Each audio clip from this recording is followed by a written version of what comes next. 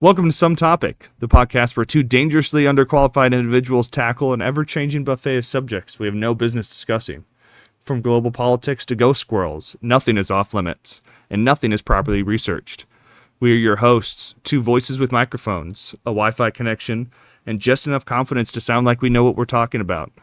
Spoiler, we don't. But that's never stopped anyone with a podcast before, and we refuse to be the first. Every week, we plunge headfirst into topics both serious and stupid, usually at the same time, armed only with sarcasm, caffeine, and a dangerous overestimation of our own coherence. Whether it's philosophy, politics, pop culture, or paranormal rodents, we approach each subject like two raccoons who broke into the Library of Alexandria, knocked over a torch, and now insist the fire was enlightenment. Our findings? Improvised. Our sources? Suspect. Our method? Whatever we yanked from our asses while marching proudly up the hill of stupidity, ready to fall honorably in the fog of ego, ontological confusion, and the blood-slick ruins of abandoned discourse. It's too late to turn back now. Your descent has begun. And we, your casually deranged hosts, will guide you in style straight through the crumbling ruins of reason. Listener discretion is enthusiastically advised. This podcast contains strong language, stronger delusions, and a persistent disregard for intellectual safety. If you're easily offended, chronically literal, or spiritually fragile, please relax your chakras, unclench whatever needs unclenching, and consider yelling at a tree instead. This is not journalism. This is not education. This is comedy. This is play. This is Some Topic. We interrupt this podcast to bring you either a Raccoon intern broadcast, a liminal space service message, an HR policy memoranda, listener surveillance notices, trash theology sermons, or the ever-present system malfunction emergency alerts. Please stand by.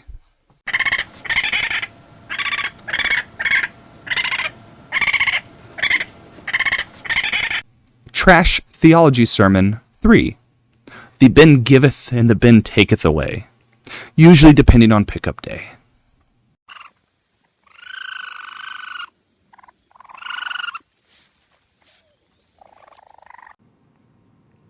I need to give a brief update regarding the unpaid interns. For last fiscal quarter, their caffeine habits were entirely self-funded through dumpster-based nutrition and used coffee grounds rescued from the trash compactor behind the local prison. As you can imagine, results were inconsistent. Archival accuracy, unstable. Claw precision, questionable. Midday existential collapse, guaranteed. It was a difficult quarter. But that ends today. We've transitioned the entire intern program to Strong Coffee Company.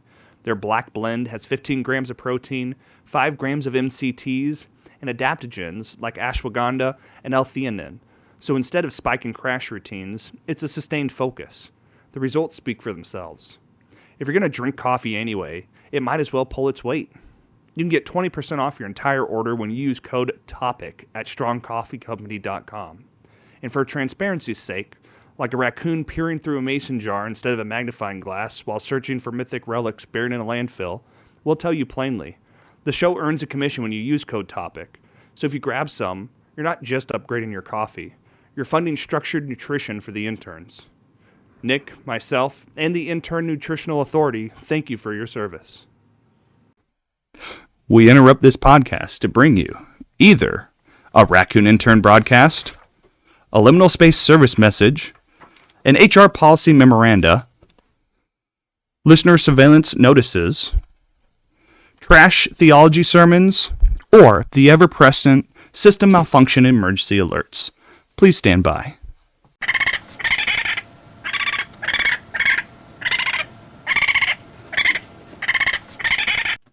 Trash Theology Sermon 1. In the beginning, the trash was without form and void, but raccoons saw that it could be organized.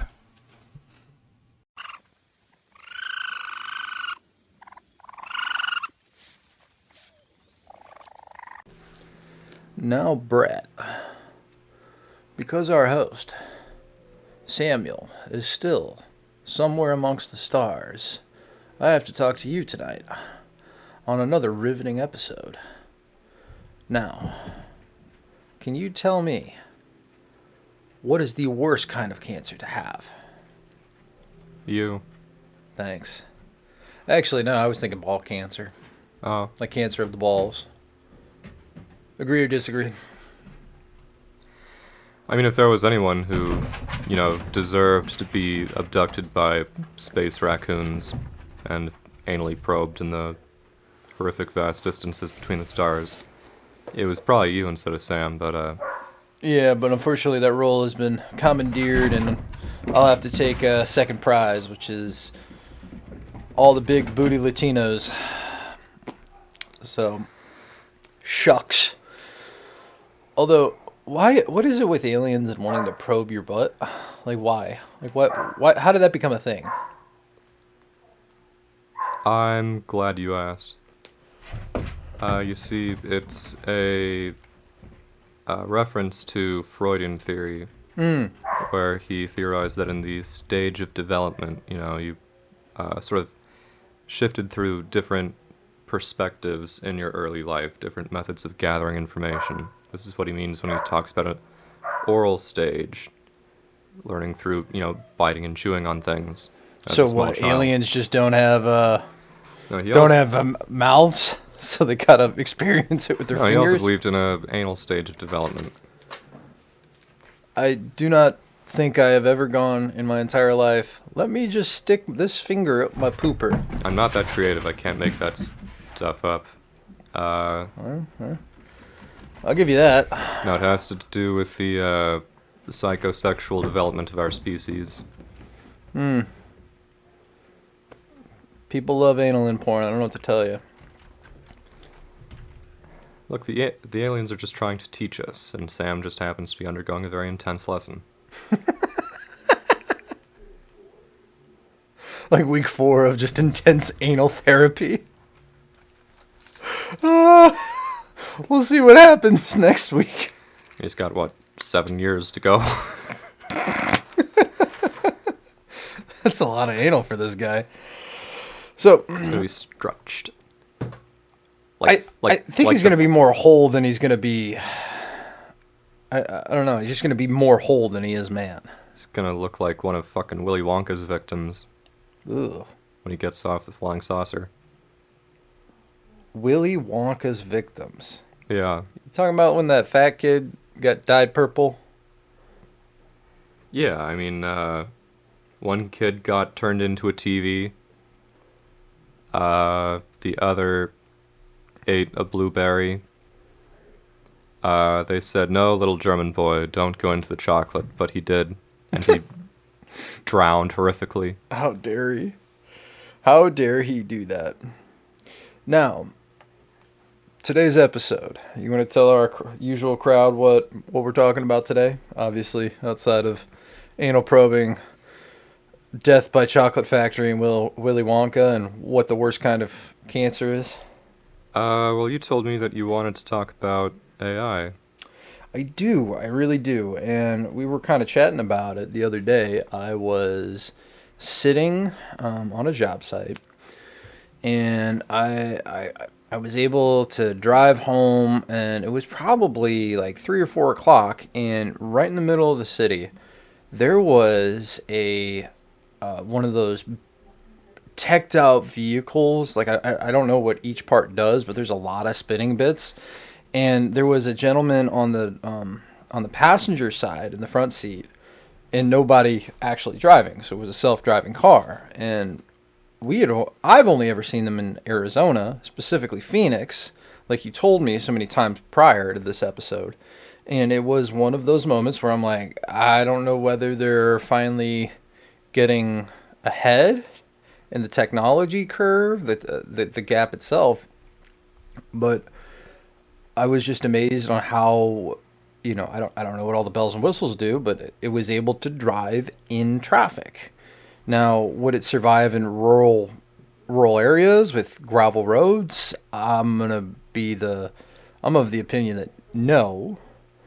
But I just remember seeing it and thinking, wow, that's actually something kind of amazing that we're seeing that in this day and age. Yeah, I mean, people have talked about the self-driving car in fiction and spec fic and stuff forever, well, at least the last century, I mean, you can see the video out there from, like, the World's Fair back in the 50s or something. It had a musical number and everything talking about, like, oh, the car of the future, it's... The car of the future? Yeah, it was more or less going to be like a giant slot car track. Like, there was going to be a magnetic guide in the road that your car would latch onto when you were cruising through the Great American Desert. And it would direct the motion of your car from, like, a central computer and a control tower and stuff. Or like your car was going to be remote controlled by, by computer and stuff. It wasn't going to be autonomous. It was going to be offloaded to central control. So... And it needed a specialized road. I know in Fallout there is, before obviously the world got nuked to shit, they had hydrogen-based cars. Right? Am I right in what I'm saying that? Like... I don't want to sit here and lecture you about Fallout lore, but I think they had fission-powered cars. Was it fission? Okay, maybe that's what it was. I don't remember. I didn't play the game. I know you played the game, so you're the residential expert on that. I think that's true. They explode when you shoot them in Fallout 4, at least, not like the earlier ones. Yeah, I'd rather not go to a bad part of town and get my nice little miniature nuclear bomb on 4 wheels blown up. Well, they had that too, back in the 50s and 60s and stuff. Again, you can see the mock-up who, I forget if it was GM or who it was, but they had a, life-size mock-up of, here's the nuclear-powered car of the future. And that's what they modeled the ones in Fallout after. They have a great big circular tub on the back of it where your modular nuclear reactor would sit. And if, God forbid, you fucking drove it enough that the reactor had to be changed, you would, undo the giant tub and pop a new reactor in your car instead of just buying a new car. Just pop that son of a bitch out, throw it in the canyon, or... Okay. I'm not sure what the fucking deal with Fallout lore is, that they discovered cold fusion but decided to blow everyone up in resource wars anyways. I'm not sure that makes sense. Okay. Do you think it's a good idea to take... Like, we have all this waste from nuclear bombs and all this nuclear testing and nuclear power plants and so on and so forth. All that waste has to go somewhere, right? So why not take part of the Grand Canyon and shove that shit in there? And then just fill that fucking crap up with shit tons of cement and, like, plastic liners and the whole 9 yards, like a landfill design. I've written papers about this before. The important thing to remember is that, yeah, nuclear fission does produce a non-zero amount of waste of nuclear material. Not even just spent uranium, but, you've got, like, radiation suits and stuff that have been lightly irradiated that you don't want to hold on to. But that this amount of waste and the radiation that it produces in its waste pales in comparison to something like a coal-fired power plant. That you have to remember that everything is radioactive. Yeah, that there to a certain extent, right? Like, we're radiation. Radioactive, aren't we? Yeah, like one of the biggest examples, like your microwave oven works on radiation, right? The sun is radioactive. Any light is electromagnetic radiation. Which is what they mean when they say background radiation. What's the normal amount of ionizing radiation? What's the normal background amount of non-ionizing radiation? Well, that's also why when you take coal, which is buried in the earth, it has, tons of shit that is radioactive to some degree, and it's producing enough of it, and enough of it is ionizing to have a harmful effect. And, of course, burning coal has plenty of other harmful effects. Well, it's an episode about AI and driving cars, but... And, no, long story short, they did that. They surveyed sites out in like Nevada, I think, and said, okay, well, here's a giant ass hole in the ground, right? Here's a mine shaft a mile underground, right? Mm-hmm. And, you pay the environmentalist folks to go down there and say, yep, it's not going to touch any of the water table or anything in the next jillion years. You spend all the money digging this thing out to store the next century of nuclear waste in there, right? Okay. And then they say, no, we changed our mind. We think, maybe in a jillion years it might touch water or something. And So- cancel it. And say, oh, no, it's too great of a risk that somebody a million years in the future might be exposed to slightly higher levels of radiation, which is why we need to keep burning jillions of tons of coal now. Okay. So, what do you think the likelihood of actually getting to that point where you have at least something similar or that particular type of output when it comes to that kind of level of fuel or power? Because again, AI requires shit ton of computing and power. You want to talk about the rise of AI and the large language model and shit. Yeah. About how it sucks up gobs of power. And I don't think it's a coincidence that as soon as companies like Google have started rolling out their large language models and stuff, and these AI that guzzle so much power, that they've taken another serious look at what are they called? Are they called small modular nuclear reactors, or are they just called modular nuclear reactors? I actually read the other day about how they were able to fit. They took a quartz, and because of laser engraving, they were able to digitally, or I guess it would be digitally or physically store an obscene amount of data on this quartz. And it was at this point, it's the biggest, essentially, it's the world's largest, most compact USB, right? Like it's a hard drive on a quartz. I don't know anything about that. What I saw was people in like the National Archive or something using a laser to etch binary information on, well, I don't know if it's binary or whatever, but to etch digitized information into glass.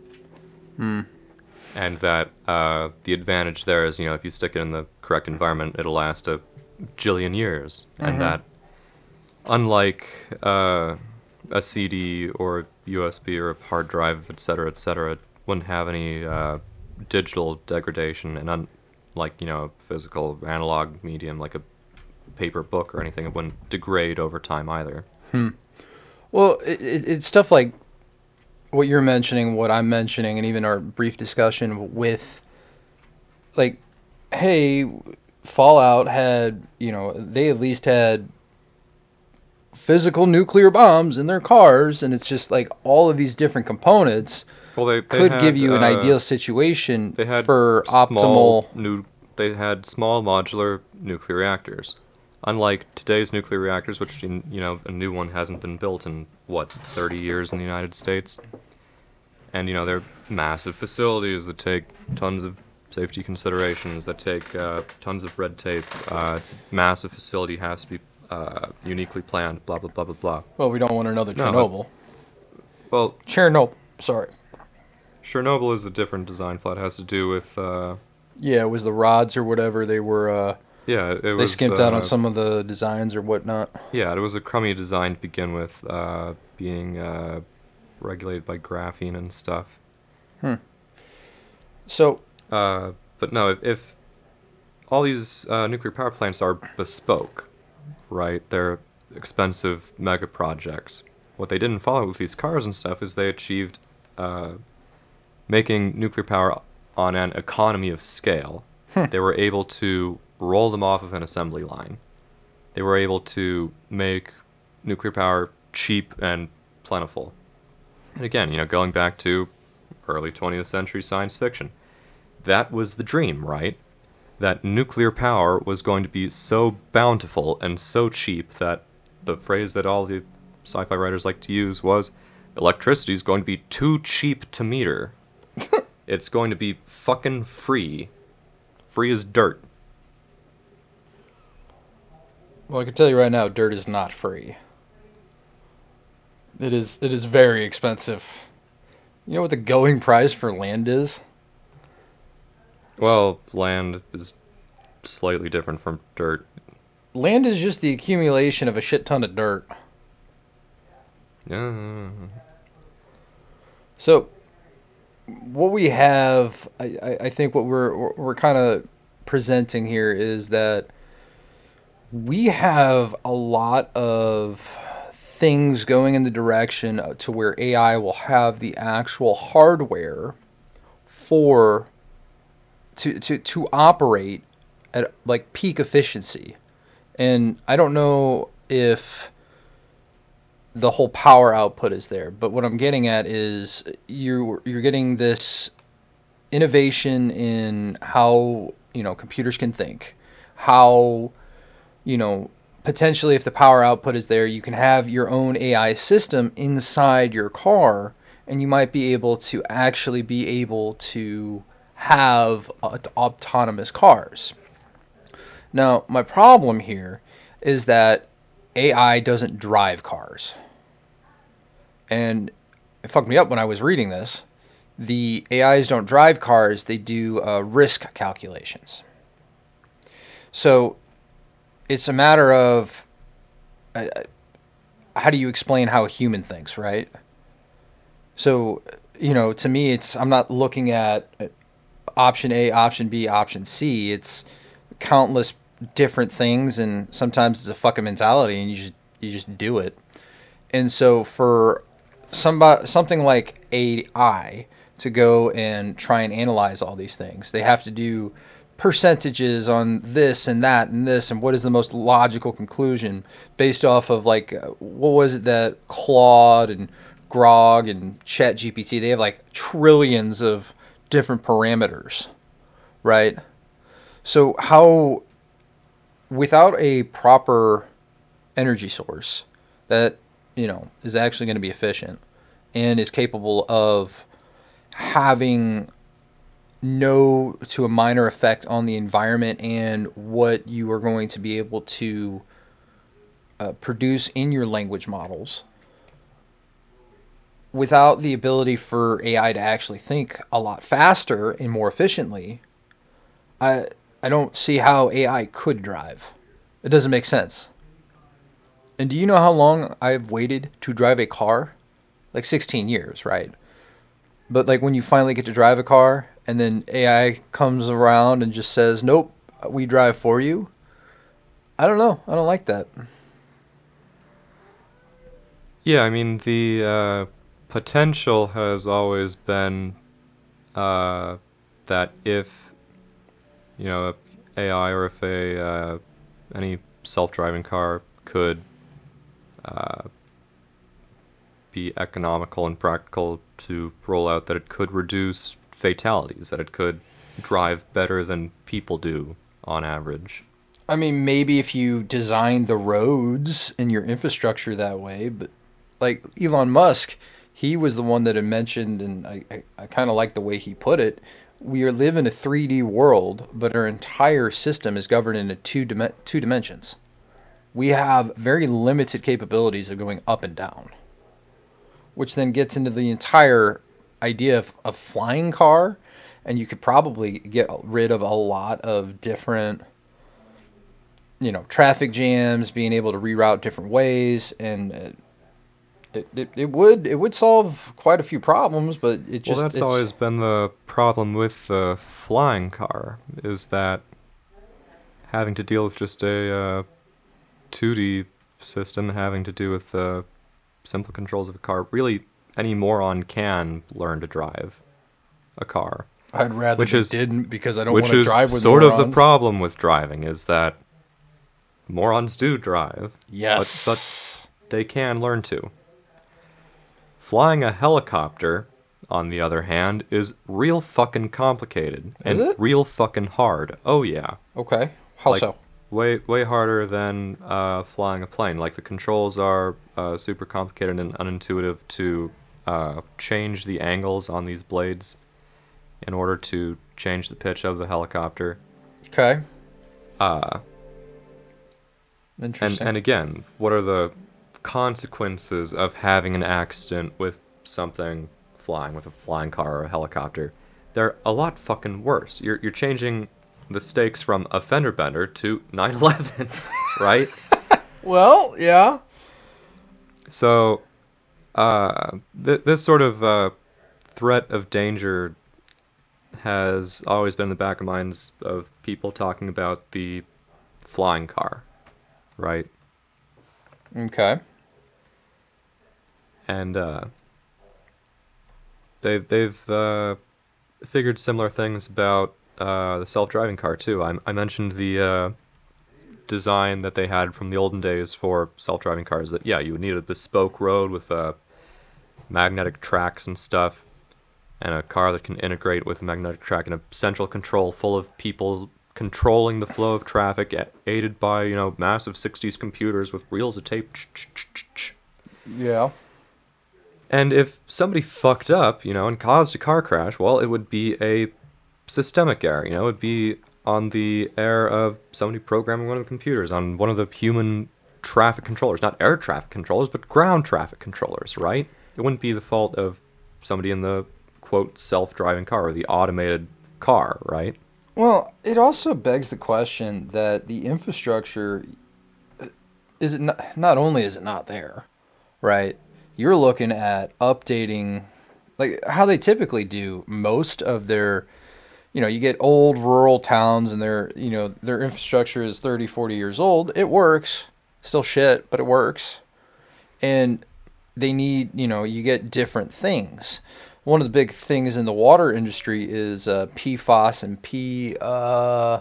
something else. It sounds very similar. So the point is that there's all these really, really tiny tiny particles in the water coming from different manufacturing processes that we didn't know due to, you make something water resistant. Well, now that, water, you go to test it, you wear it in the woods, blah, blah, blah. Water falls off of it, but it takes a little bit of that chemical with you. So now they're trying to come up with ways to actually to fix that. Because in your body alone, you have those different particles. Well, if you think about it, right, that is an unintended side effect of us wanting to make the best product ever, right? And you have all these different places with old infrastructure, and they need to keep up with all of these different unintended consequences. So it's like you have outlying problems that occur far beyond our own recognition. And then you have to go into a community and you have to go and fix that infrastructure to compensate for that. And there isn't an answer for this PFAS problem, by the way. You have to test for it and regulate it, and then you have to change it accordingly. And I'm no expert on that particular subject, but my point with all of this is that AI's the current way the U.S. is like, we have highways, we have side roads, we have gravel roads. How in the fuck does artificial intelligence navigate all that? Especially, like I was saying earlier, that artificial intelligence is inside of cities. It's not in bumfuck Egypt, right? So what, we get what's after a trillion? Quadrillion? Fucking Google amount of what Google is 100 zeros after one? Something like that. So whatever, you get like a Google amount of parameters, and is that enough for it to like evolve from city to country driving?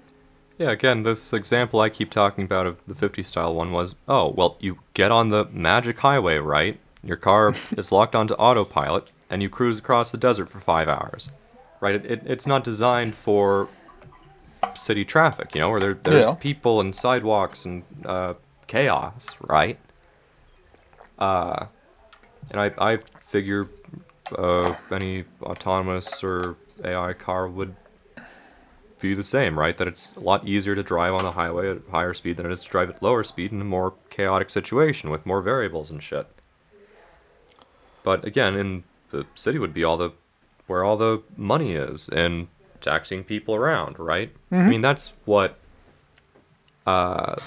they'd really like to do, right? Is to say, Well, that car ownership is inefficient, and that we do have, peak commute hours and stuff.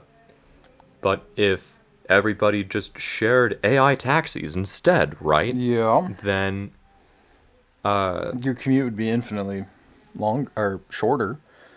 That was one of the things that they taught in traffic theory. It would be safer, but you would have less downtime, less wasted time of everyone's cars, right? Like, your car spends most of its time sitting in your garage or sitting in your parking lot at work or wherever.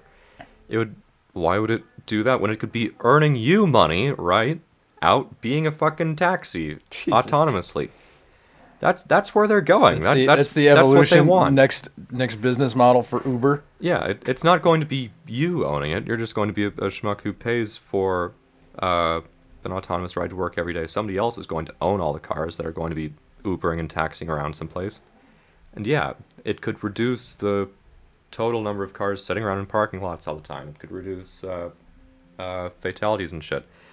Yeah, you'll live in the pod, and you'll eat the bugs, you'll own nothing and be happy. No car for you, you just get the AI taxi. Well, and there is some, like you were saying, there is some legitimacy towards that theory, because traffic theory, if everybody was to go 60 miles an hour, let's say, for example, and nobody sped, nobody was like, gotta go, go, go, go, go, go, or cut somebody off like an asshole and actually followed the traffic laws like essentially an android or a robot, Sure. You would get to your destination faster. Yeah, no shit, if everything went perfectly. No. Like genuinely, like you would, the speed of you in your head, you think going 90 miles an hour to get from point A to point B would be faster. No, because there's other people, there's other variables. Going 60 miles an hour, or whatever the fucking speed limit is, you would get to your destination faster. On account of, not everything has to be perfect. Yeah, that's just you're the math. Not risking a 12-car pileup, killing several people, and making everybody else 40 minutes late to work while doing so. Oh my god. Right outside where I dwell, they're doing a bunch of major construction work for the highway. They're building a new bridge, building new lanes, all that good stuff. And it's been a long time coming, but dude, it added like 15 minutes to my commute going to a doctor's appointment. And I had to reschedule because I showed up and it was like, well, what do you mean you showed up late? I'm like, well, I sent you a text message, I called you, but it is what it is. And it was all because of that construction. And I'm just thinking in my head, how does AI deal with construction? I don't have an answer for that. I just know that if you go in a construction zone and you're speeding 60 miles an hour and it's 40 and this AI is like can't understand that humans be humans, and oh my god, your typical traffic lanes aren't there, so now it's like got to account for all these other human variables. It's just like, well, that's crazy. You know what I'm saying? Right. We interrupt this podcast to bring you either a Raccoon intern broadcast, a liminal space service message, an HR policy memoranda, listener surveillance notices, trash theology sermons, or the ever-present system malfunction emergency alerts. Please stand by.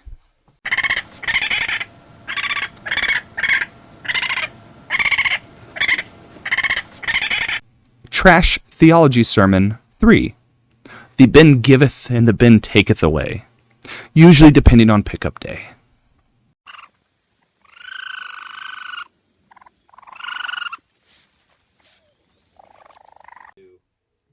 I need to address a structural issue within the intern nutritional program. We refined caffeine protocols, we've implemented recovery measures, but one variable remained unstable: baseline nutrition. You can't build sustained performance on coffee and regret alone. You can optimize spikes, you can mitigate crashes, but if the system is depleted, you mistake stimulants for sustenance. Performance wasn't just chaotic, it was inconsistent. That's when we introduced Zevo Life.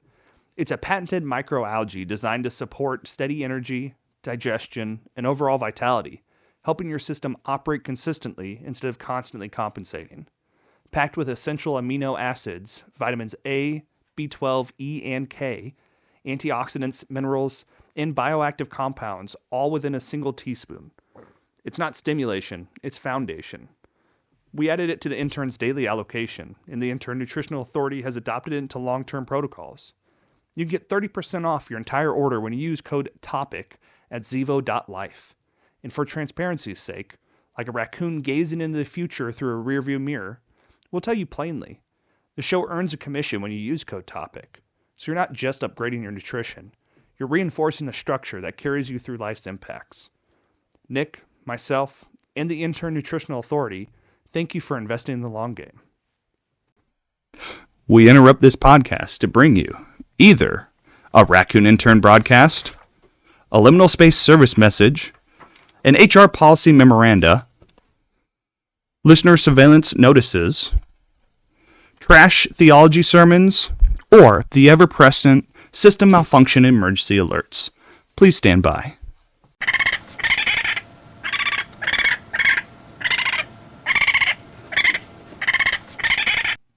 Trash Theology Sermon 4. Remember, cleanliness is next to loneliness. Seek the comfort of clutter.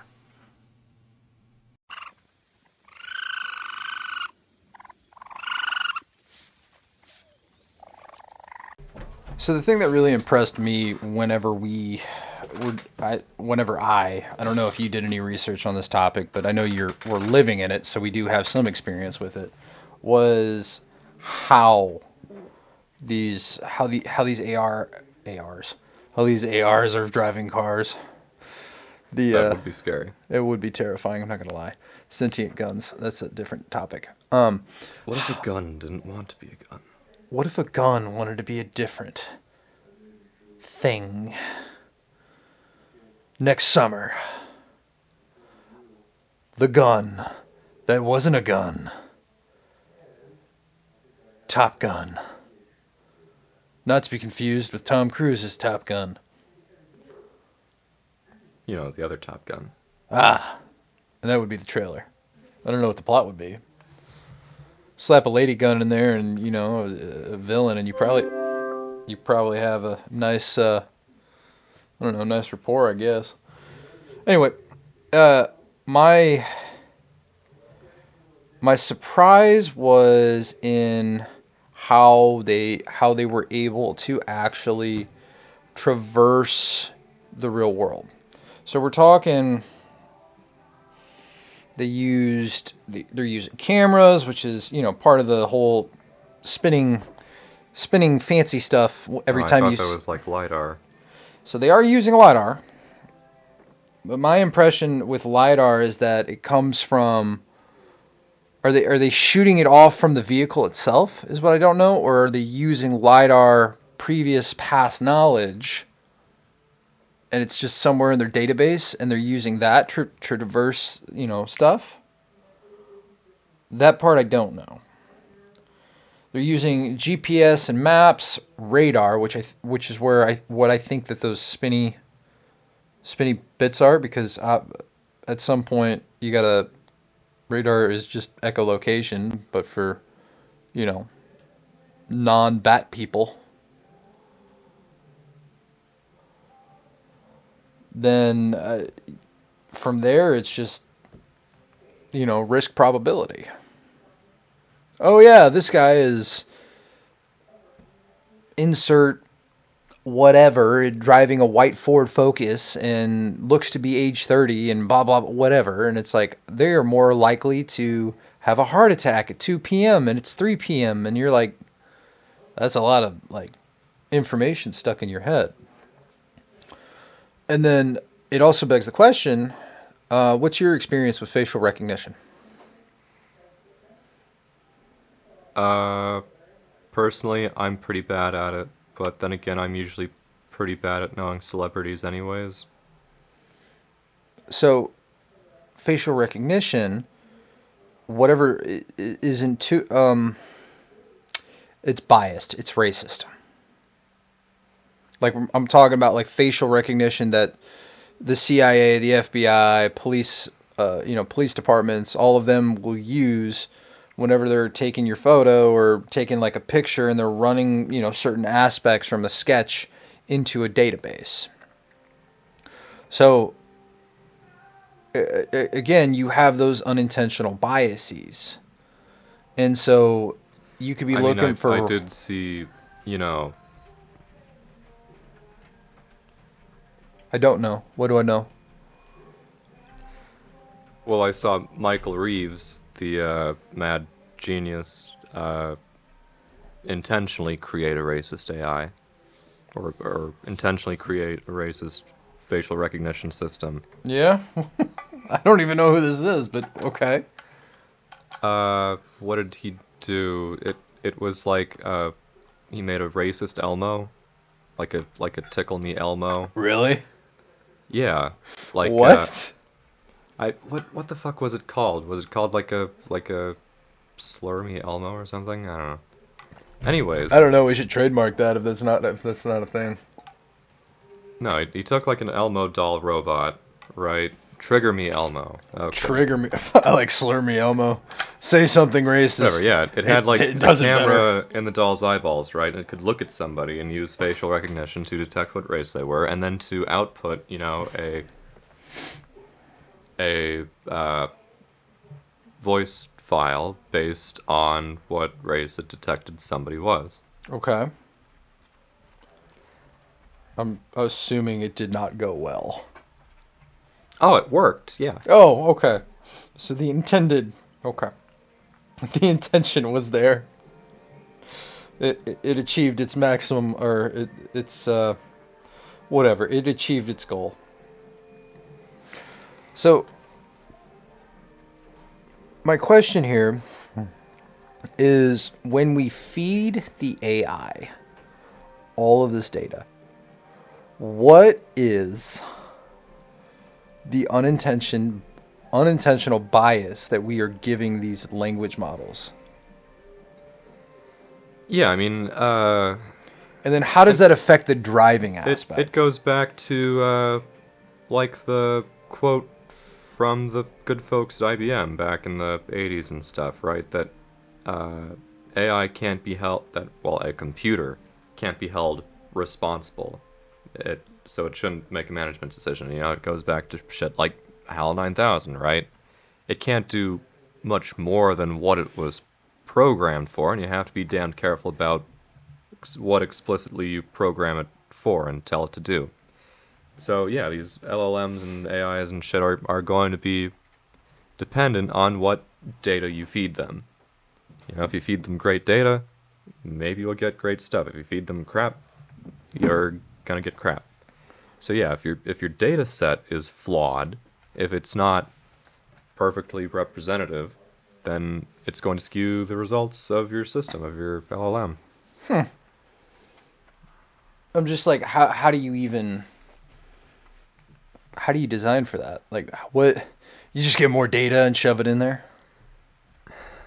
Well, again, it's like, yeah, you're going to want fuckloads of data, no matter what you're training the AI to do. But you also need good data, right? And you need good data. Yeah. I don't know. What did you say about racist AI?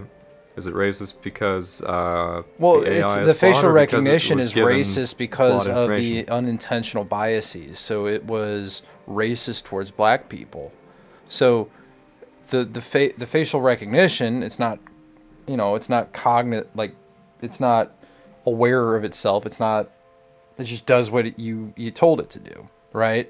Looks at one black person and then ends up, oh yeah, it's so-and-so, and so-and-so's in jail for 10, 15 years until somebody comes around and says, hey, that was a fucked up case, and I'm trying to make a name for myself, or I'm trying to, get some street cred. So they look into the case, they find out new evidence, and they do DNA testing. It's one particular court case I'm thinking of. I just can't remember the gentleman's name. or the court case itself, but I believe it was in Texas, and he got prison time, and then he was there for like 10, 15 years, like I was saying, and then the next thing I know, he's essentially just like he gets off because they did DNA testing, which goes back to my earlier point, which was, you got all these different towns. They're doing the treatment process. You got to update it, and then external factors such as I'm now wearing sweat resistant, water resistant, whatever, and now you have to design something to fix that in these old ass places. And now you have to, every criminal case, you have to make sure that that you're introducing DNA analysis, and you have these moments where you're actually sitting here like, holy cow, this man's been in prison for 15 fucking years, and you're just like, okay, we just watched the, facial recognition do its thing. And so there's no factor of the human element, because again, AI is being created by a human. Now, it might be a different story if your human AI or human-based AI, I don't know if that's the right word for that, creates its own AI, right? Has its own offspring. Well, that's sort of the point. So then That's sort of the point of... Is that like evolution then? Well, that's sort of the point of machine learning. That's how machine learning works, is that it is AI making AI. You set...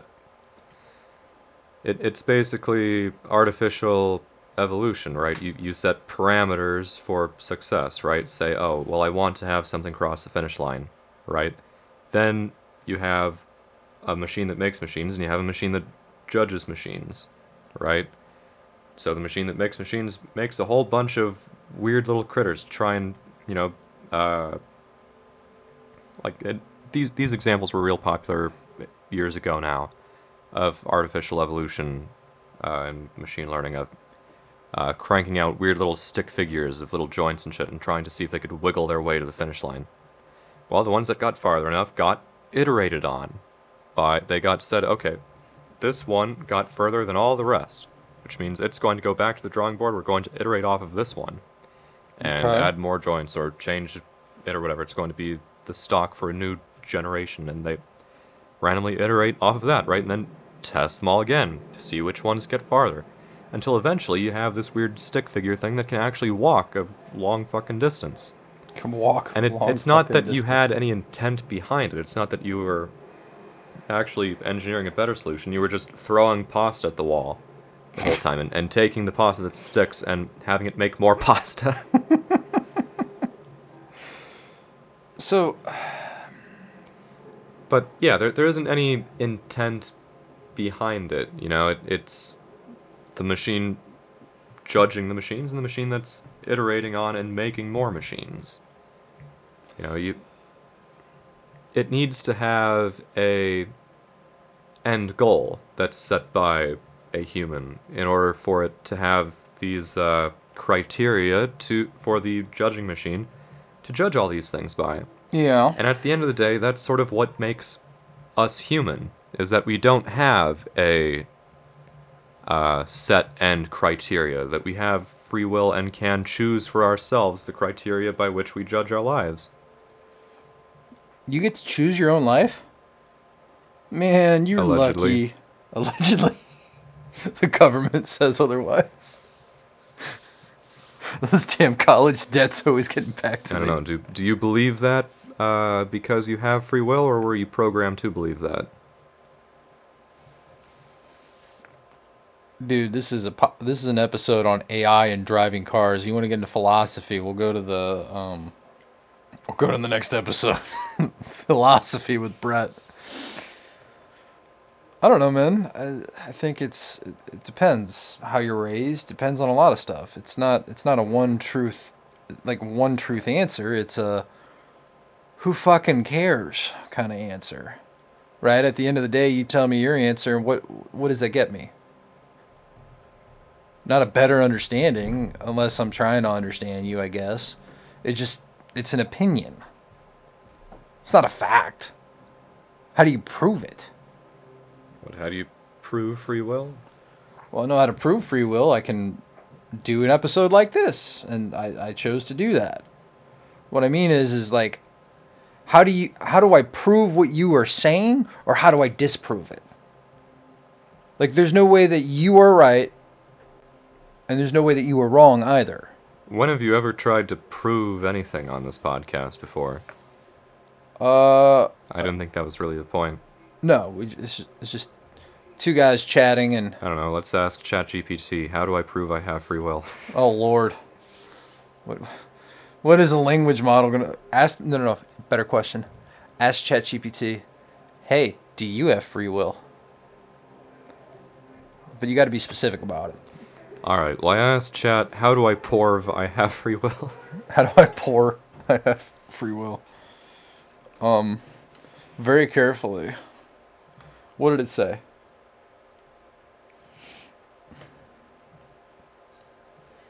I think this is the point where you read what you're, or you read it and see. tell me. It says that's a deep question, and philosophers have been arguing about it for centuries. But the short answer is that if you can actually travel back in time and change your fate, or to ensure that your fate now is the correct fate that you want to have brought about, then if you could change your fate, would you? What a terrible movie. No, Chat says that if I don't spend all of my time working towards creating a perfect AI god, then it's going to torture me forever. That's awfully specific. Good for Chat, I guess. Jeez. Anyway, my point still stands. How do I disprove anything you tell me philosophically other than, okay, cool, we just chatted about it? And then how do I prove you right? Like, I can only be on the same, I guess, mental frequency. So, question. We have self-driving cars. It's the future. AI. That AI gets into an accident. What the fuck does the police report look like? And who's paying for shit? Who's liable, right? Like, what? My police, my PO, my police officer's got to be a computer programmer now to, like, run diagnostics? Yeah, is the software company liable? Is the car liable? Is the it's gonna be is the city liable because they produced crummy roads and shit that it didn't know how to handle correctly? Yeah, I mean, that's sort of why I always figured that the self-driving car was not going to pan out in the near future, was because of the legal trouble. And yet somehow they fucking defied that. I'm not quite sure how. I know there have been one or two cases I don't know. of law involving self-driving cars, but I'm not sure they've quite panned out yet. Well, okay, so how would you even know when the accident happens to actually, like, go through the actual, like, bits and pieces needed of that car? Because say the car is, you get into a bad accident, right? And that car is now on fire. Well, where is there a black box, like for planes, to where you can go in there and do an analysis? Yeah. And then, do your police officers have to get a fucking MIT degree to just even know what the fuck is going on in this car? Who the fuck is selling car insurance to Waymo and stuff? You know what? Don't think they can. If you try and insure like a Tesla with fancy self-driving stuff, or like the Tesla taxis and shit, who the fuck is? Well, it does beg the question: what's the insurance rate on a Tesla? Yeah, I mean, does it have better insurance rates because you're less likely to get into an accident with all this protective measures, or Well, are they? insurances always do their rates based off of math, right? Well, yeah, I know, That's but like saying they do it based off of words. well, yeah, but what I meant to say is that there is a equation that they yank these fucking numbers out of. Your age, your driving record, all this Yeah, other and at some bullshit. point, they had to introduce a new variable for automation and stuff. So I don't know. I think it's a Yeah, very. it's a shame none of us know fucking anything about the subject. I know plenty. I have opinions. I'm entitled to them. Fuck you. So then, okay. In the future, in order to actually deal with this, because this goes back to the infrastructure part of this episode, now you got to go and you have to consider the legality side. So you got to have laws judicially. You have to have the personnel to actually diagnose stuff.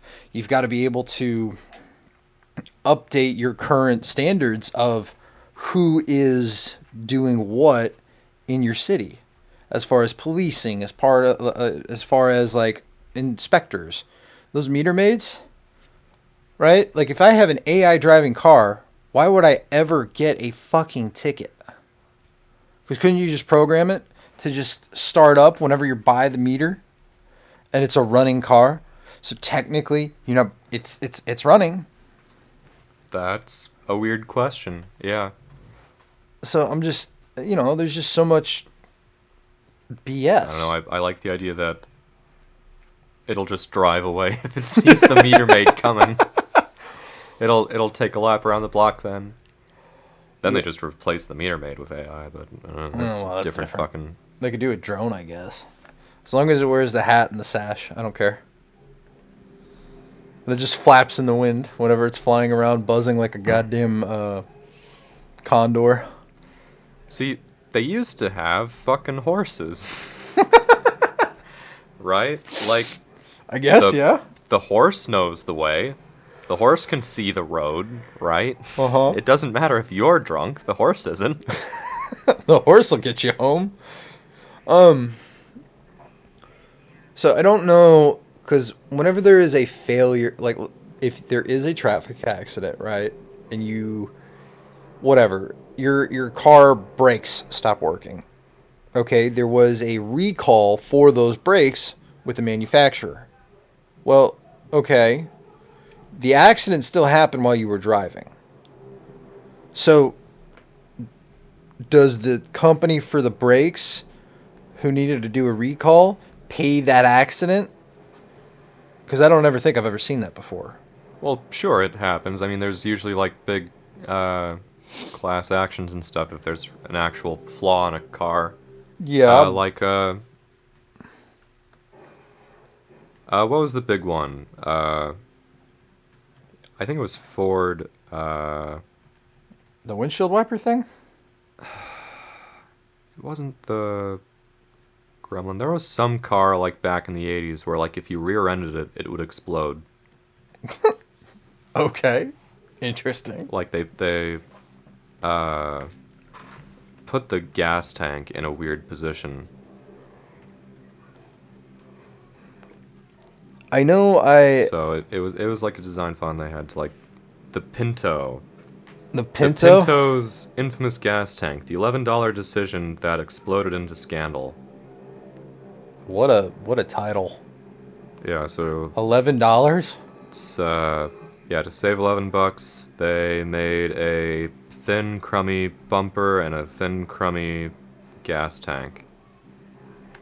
And yeah, I suppose eventually there was class action shit after, it killed a bunch of people. Well, that makes sense, but again, I don't think I've ever seen any type of stories, any type of history where you go and that company for that incident alone goes and actually takes ownership. Because why would they? How do they even monitor that? I think it's the class actions, and that's kind of how that balances out. So I don't think in the future you'll see, oh yeah, one of the chips was fried. It's like, no, it's just, it is what it is kind of thing. It's the owner Right. and the insurance. And again, I was taught two things. One is you never argue with the police officer when you're at a traffic stop or when there's an accident. Let him do his thing, and then you solve that stuff in court.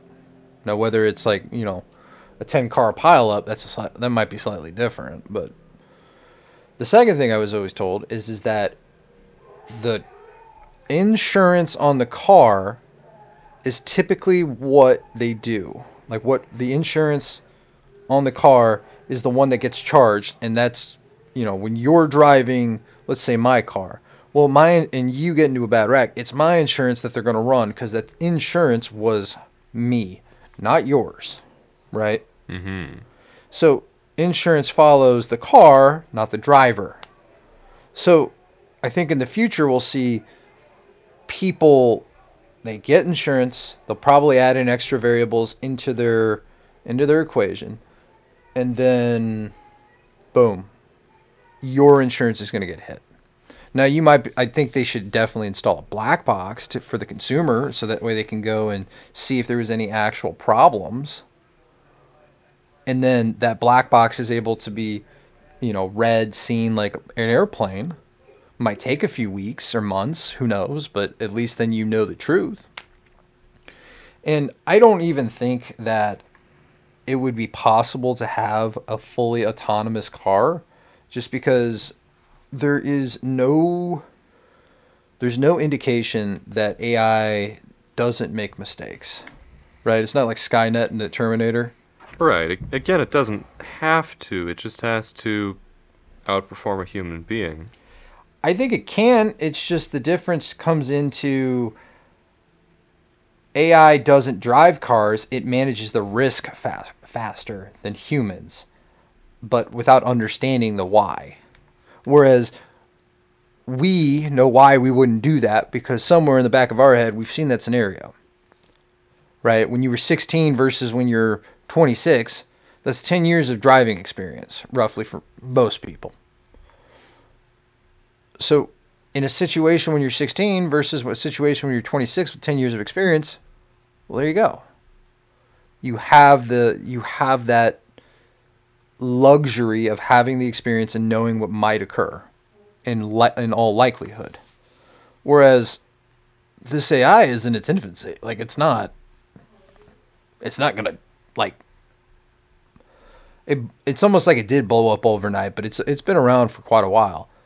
The actual application of self-autonomous cars, I don't think is going to happen in the next 10 years. Might grow by leaps and bounds, but Tesla driving cars, self-driving. I mean, the Waymos and stuff are already out there on the streets right now. Sure, but they're not in mass production. Well, they buy the cars from China and then outfit them again. Like, I don't think they're an actual automotive manufacturer. And that also begs the question, is it going to be cheap to mass produce? Well, I mean, that's more of a question of, like, chip shortages and shit. Sure, but you also got all the fancy gear on it. And then what happens when that gear is fucked up? Then I got to take it to somewhere else. And then it takes months and months and months for me to get a car that actually is self-driving. So it's got to be like Henry Ford's plug and play. I'm calling it plug and play, but essentially you're able to mass produce the same part and plug it in. What do they call that? There's a term we learned for this. It was on the assembly line, and it was What, just-in-time production? no, it was like removable parts or something. Replaceable parts? Maybe, but it doesn't matter. Everything became uniform and standard. And you got to be able to, maybe you won't even, you can plug it in and the AI can just go in and calibrate it manually, and you don't need a human. You're just talking about a AI conversion kit. Potentially. Well, again, it would be mostly blind. Again, you would need base cars produced with LiDAR on them, with the fucking spinning things. I mean, it would be fun to see that. I don't see AI fully driving a car just because again, it's only as good as the humans that program it, and you and I are good, but we ain't that good. At programming? No, we're not. Speak for yourself. I can program. I'll just have ChatGPT do it for me. Christ. What can I say? I'm a man of many talents. So what do you think about AIs and driving cars? I don't think it's going to happen. I think they're going to be a tool for when we actually go to drive something. I don't think it'll stick. I'm skeptical, but I think it's going to keep getting pushed for over the course of our lifetimes.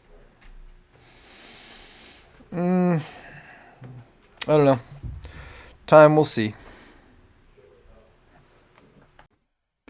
We interrupt this podcast to bring you either a Raccoon intern broadcast, a liminal space service message, an HR policy memoranda, listener surveillance notices, trash theology sermons, or the ever-present system malfunction emergency alerts.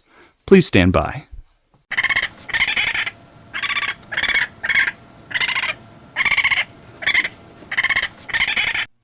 Trash Theology Sermon 2. Verily I say unto thee, one's worth is not in what they throw away, but what they are willing to dive back in for.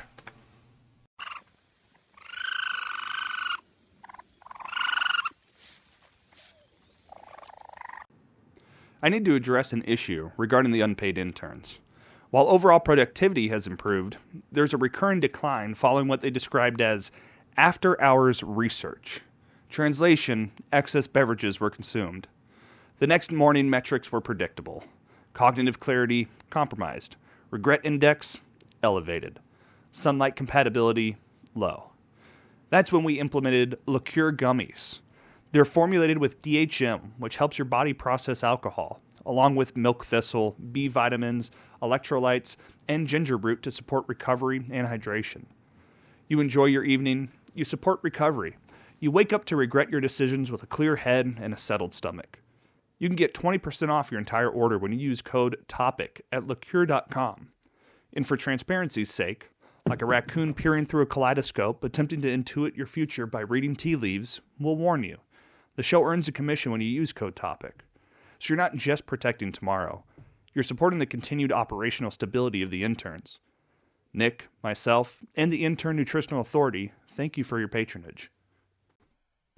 We interrupt this podcast to bring you either a Raccoon intern broadcast, a liminal space service message, an HR policy memoranda, listener surveillance notices, trash theology sermons, or the ever-present system malfunction emergency alerts. Please stand by.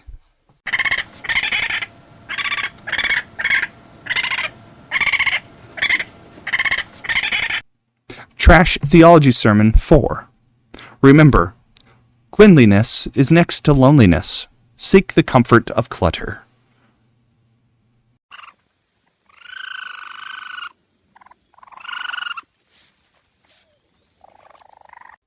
And that's all for this week on Some Topic, the show where logic is seasonal, facts are optional, and the raccoons are 2 paychecks behind. If you're a liberal, please keep your critiques to yourself. Our unpaid interns have adopted a shoot first, shred later policy, and we're in a stand your ground state after all. HR has yet to get back to us with a solution, so stand by. To the rest of you, keep your coffee black, your sarcasm sharp, and your reality on airplane mode. Until next time, stay skeptical, stay caffeinated, and stay just interested enough to keep the surveillance squirrels guessing while we slip out the back.